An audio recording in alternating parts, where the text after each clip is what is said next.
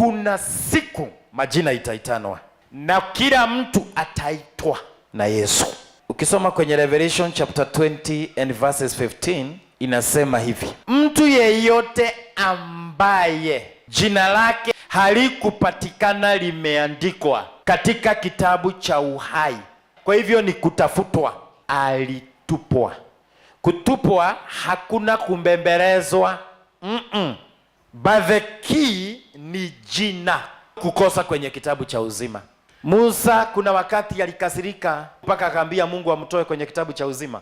Exodus 32, Musa akasema, jiwekeni wakfu kwa Bwana leo, naam kila mtu juu ya mwanawe na juu ya ndugu yake, ili awape baraka leo. Hata asubuhi yake Musa akawaambia watu, mumetenda dhambi kuu, na sasa nitakwenda juu kwa Bwana, labda nitafanya upatanisho kwa ajili ya dhambi yenu.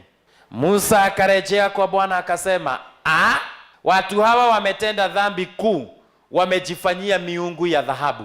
Walakini sasa ikiwa utawasamehe dhambi yao, na kama sivyo unifute na kusihi katika kitabu chako ulichoandika. Mwanaume wa kwanza kwenye Bible akiambia Mungu amtoe kwenye kitabu cha uzima. Bwana akamwambia Musa, mtu yeyote aliyenitenda dhambi ndiye nitakayemfuta.